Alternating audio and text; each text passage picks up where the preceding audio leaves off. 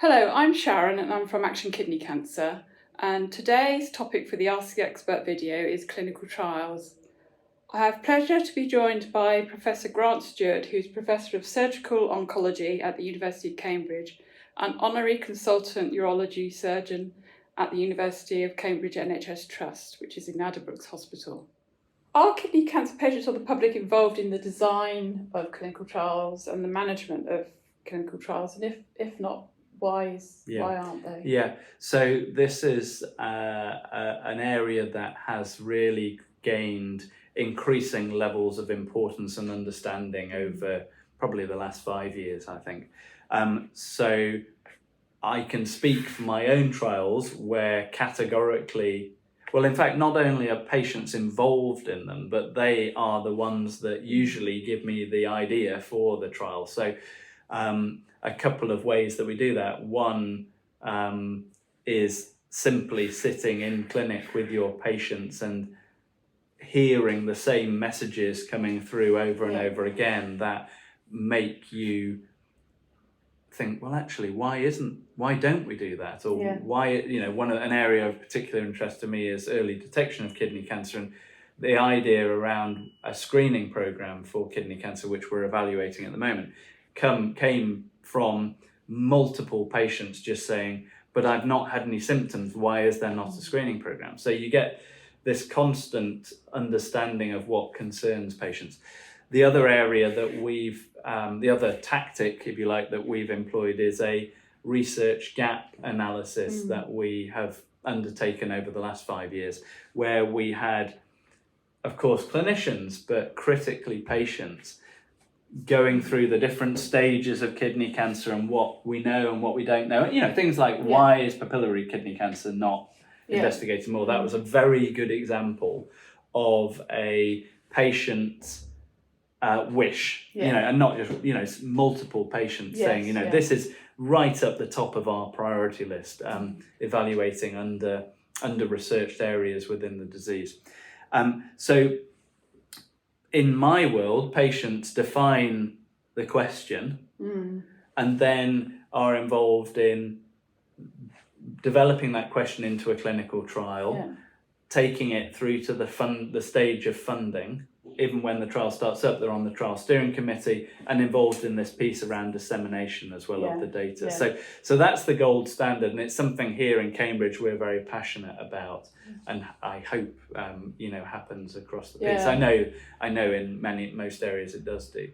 Yeah, I mean, certainly with the pharmaceutical sponsored trials, it's very difficult to get patient input into those trials, but we have had patients involved in the design of informed consent forms, for example, on other sort of more academic trials, And I think that's an important distinction to make. So, and you really describe it well there. So academic trials are essentially led by us as clinical academics, where we drive the question, seek out the funding, and that might actually be in partnership with pharmaceutical companies.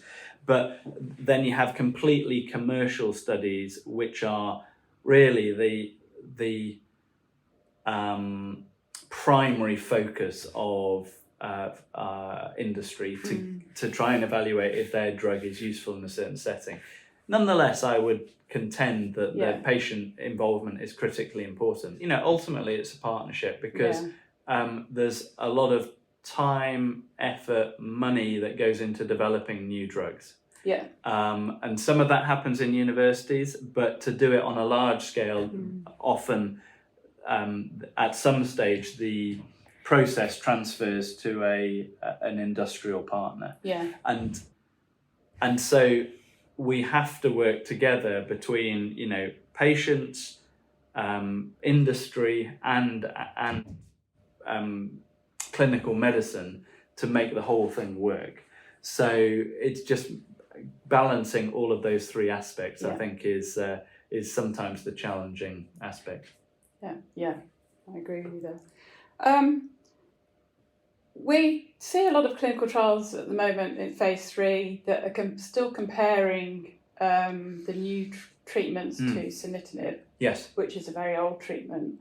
Why are there not more trials run that compare, say, a combination treatment with another combination treatment, for example? Yep. So the main reason for that is that the current clinical trials that are recruiting or are, just coming to their point of being resulted, at the time they were designed and funded, that will have been the best comparator. So if you think about it, we've had very, very rapid change over the last probably 8 years or so, meaning that some of the combinations of immunotherapy or the immunotherapy and TKI combinations have come online probably whilst the trial was already set up. Sunitinib, you could argue, is still a drug that is used and is not a completely unreasonable control, but it isn't probably the absolute gold standard. Why are there not more hospitals running clinical trials in the UK? That's another question we get from patients, is that there's lots of sites open in the States, for example, or across Europe, but the UK, there only seems to be sort of half a dozen, and they're usually in major cities that people that live in rural areas find it very difficult to access. I am one of the clinical leads for the National Kidney Cancer Audit, which has just started up this year. So this is going to be measuring standard of care practice. And one of the areas that I'm very, very keen that we evaluate is access to clinical trials. In a piece of work that we recently undertook, which was a sort of smaller version of that national audit, we saw that there was extremely low use or access to clinical trials across the UK.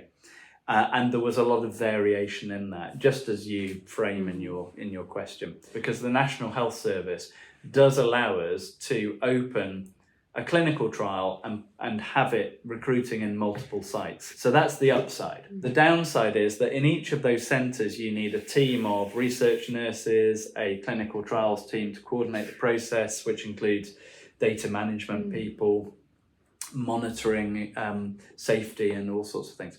So it's a costly exercise, but nonetheless there is a big drive from an organisation called the NIHR to try and ensure that there is equity of access across all the different cancer alliances, which are the sort of groups of hospitals across the UK. But it does rely on individual clinicians or groups of clinicians being able to put some time and effort into setting those processes up. And as you know, there's a lot of stretch on that, and there has been, at least for the last sort of 4 years, people have been even more stretched working in the NHS than they have done. Although this is a problem that has sort of predated all of that. So I guess I would summarise it by saying, ideally it wouldn't happen. There is an infrastructure to allow networking of trials across the UK, including smaller centres, but ultimately it relies on an individual doctor, sometimes in a small hospital, getting these things off the ground, and it's hard work and time consuming, and that is currently slightly challenging. But there is hope for the future because we do have the right network in this country. Lovely. Well, thanks very much for spending the time to talk to us today, Professor Stewart. And I think this is going to be an extremely useful video for our website. So thank you. A pleasure. Nice to speak to you. Yeah.